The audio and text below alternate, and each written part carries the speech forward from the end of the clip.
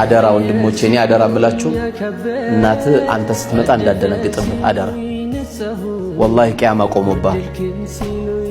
እናት አንተ ስትመጣ እንዳደነግጥ ያንተ የቤት ወጪ አፍንጫ ላይ ጣለው አላህ ይረዝቃታል ወላሁ ኸይሩ ራዚቅ እያበላዋት ነው ብለህ እንዳትጨነቅ እሷ መጣልኝ ነው እንጂ መጣብኝ እንዳትልናት አባትም ልክ እንደዛው መጣልኝ አንተ ስትወጣ እኮ ቤት የቀዘቀዘ እንዲል ነው ማድረግ ያለብህ የሆነች ፋብሪካ እንተክላለን የሆነች ሱቅ እንከፍታለን ወይ የሆነ ማስተር ተመርቀናል ወይ የሆነ ፕሮፌሰር ተብለ ተጠርተናል ሁሉም እሷ ጋር አይገባም እሱ ጋር ነው አይገባም እዚህ ሂደት ላይ ያላችሁ ወንድሞቼ አደራችሁ እንደው ካስተማርኩት ከተናገርኩት ንግግር እቺን ብቻ ብትይዙልኝ ጥሩ ነው ለምን አላህ እያንዳንዱ ዱዓ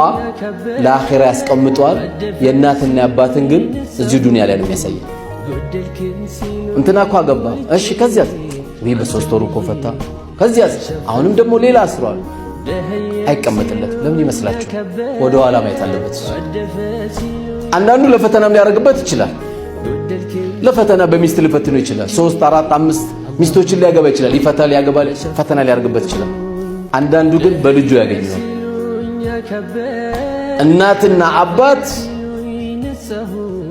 ሌላም ሐዲስም ስላለ የሁለት አይነት ሰዎችን ዱዓ ተጠንቀቁ ብለዋል ነብዩ አለይሂ ሰላቱ ወሰለም አንደኛ የተበዳይ ዱዓ ነው የተበዳይ ዱዓ ምን ያላህ ቻይ ነው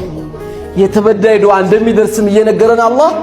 ዛሬ ፍልስጤምን ስናይ እንደነግጣለን ቻይነቱ አየው እርጉዝ ሴት የምትገደልበት ምድር ሕፃን ልጅ የሚገደልበት ምድር